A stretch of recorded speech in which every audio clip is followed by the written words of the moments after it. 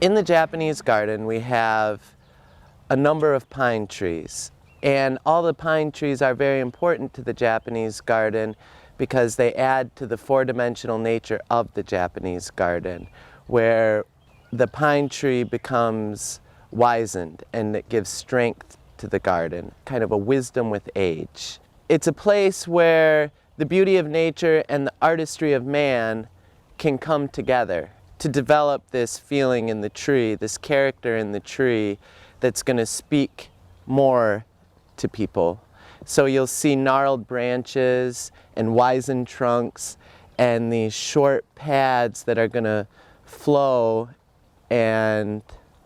speak to people more than just maybe one big tree is, and it helps to bring it down to the human scale. So if these trees were growing just in nature, you might only see the trunks, and a lot of the interest of that tree is going to be high above people.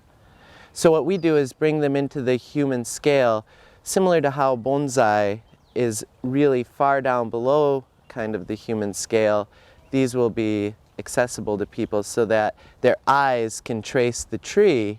and that sort of triggers the mind. We have a couple hundred pine trees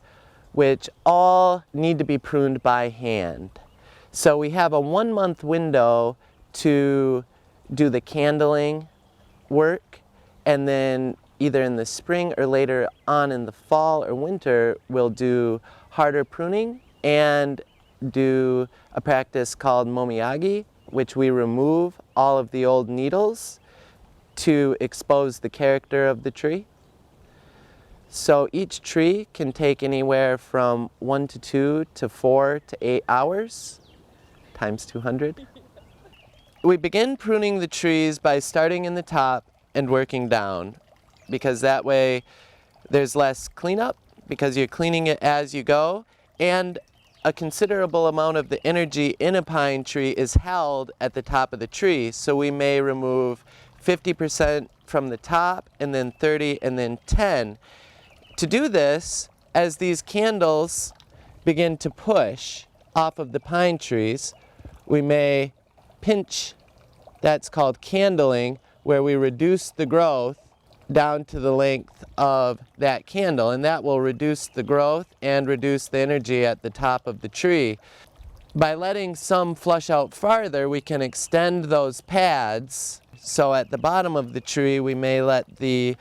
pad extend quite a bit further, depending on the relationship that we want the pine tree to have with everything around it and the character that we're looking for in the pine tree. It's like tuning a single instrument. So you tune and play that single instrument, but then you look at the space and how it interacts with everything around it, the other trees, the boulders, the water,